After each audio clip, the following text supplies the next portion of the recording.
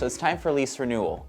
And your tenant says probably one of the scariest things you can hear as a landlord. Hey, could we have a rent reduction? Here are 3 things you should do whenever a tenant asks for a rent reduction to make sure that it's a win-win situation for you both.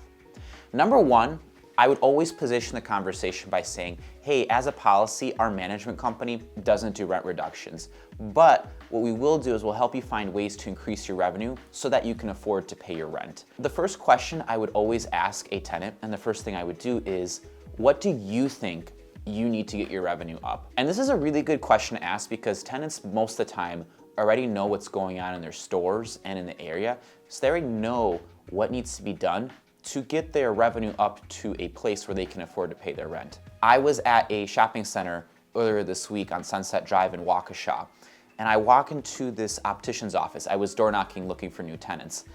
And as I walk into the shopping plaza, I see a bunch of McDonald's wrappers, I see the landscaping overgrown. It was just the nastiest shopping center ever. So I knew that this would be good for me to pick on as a broker looking for new tenants. I knew this would be a perfect shopping center for me to pick on. I walk into that optician's office and I say, hey, my name is Mark. I'm leasing shopping centers in the area. How happy are you here?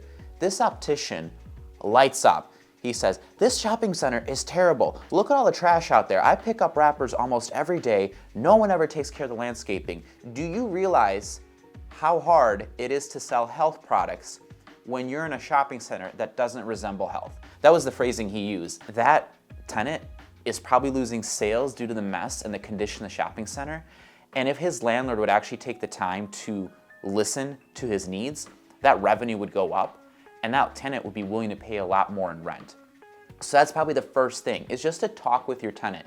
That was a very simple situation that anyone could have figured out of a way to help out the tenant make more revenue, but talk to the tenant, see what they think is gonna help get their revenue up. Number 2, I would look at the cell phone data. There's a really good tool called Placer.ai, and anyone can go ahead and sign up for a free version of it, and that'll give you access to 5% of the data on the platform, but it's a good tool to get started.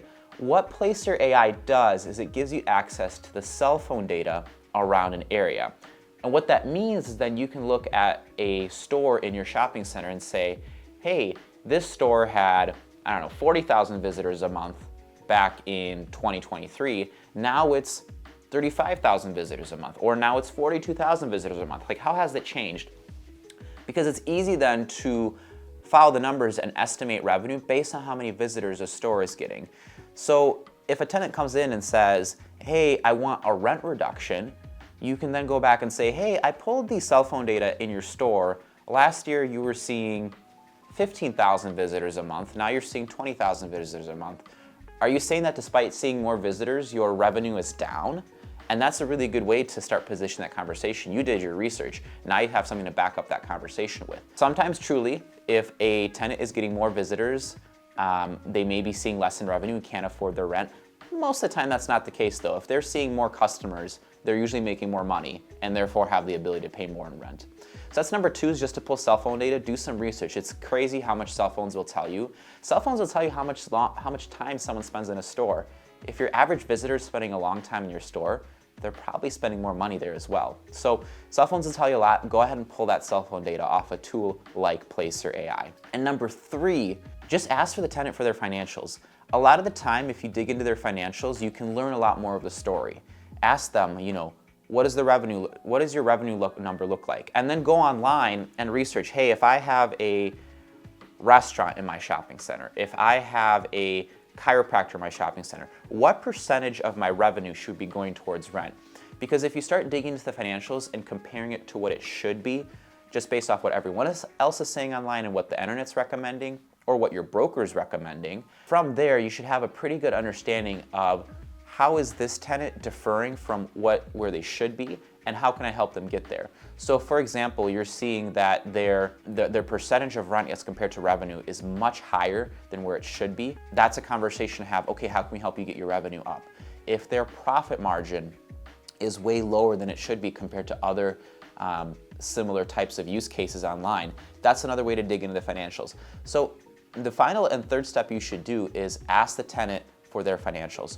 So those are the 3 things you should do. Whenever a tenant asks for rent reduction, number 1, position it as, hey, we can't reduce rent, but we can help you get your revenue up. What do you think is going to be the best way to do so? Number two is going to be pulling cell phone data just to confirm, hey, how many visitors are they getting per month? And number three is asking the tenant for their financials just to see how the tenant is differing from the general public according to what's going on online. Thank you so much for tuning into this week's Mark Minute, and I look forward to seeing you next week.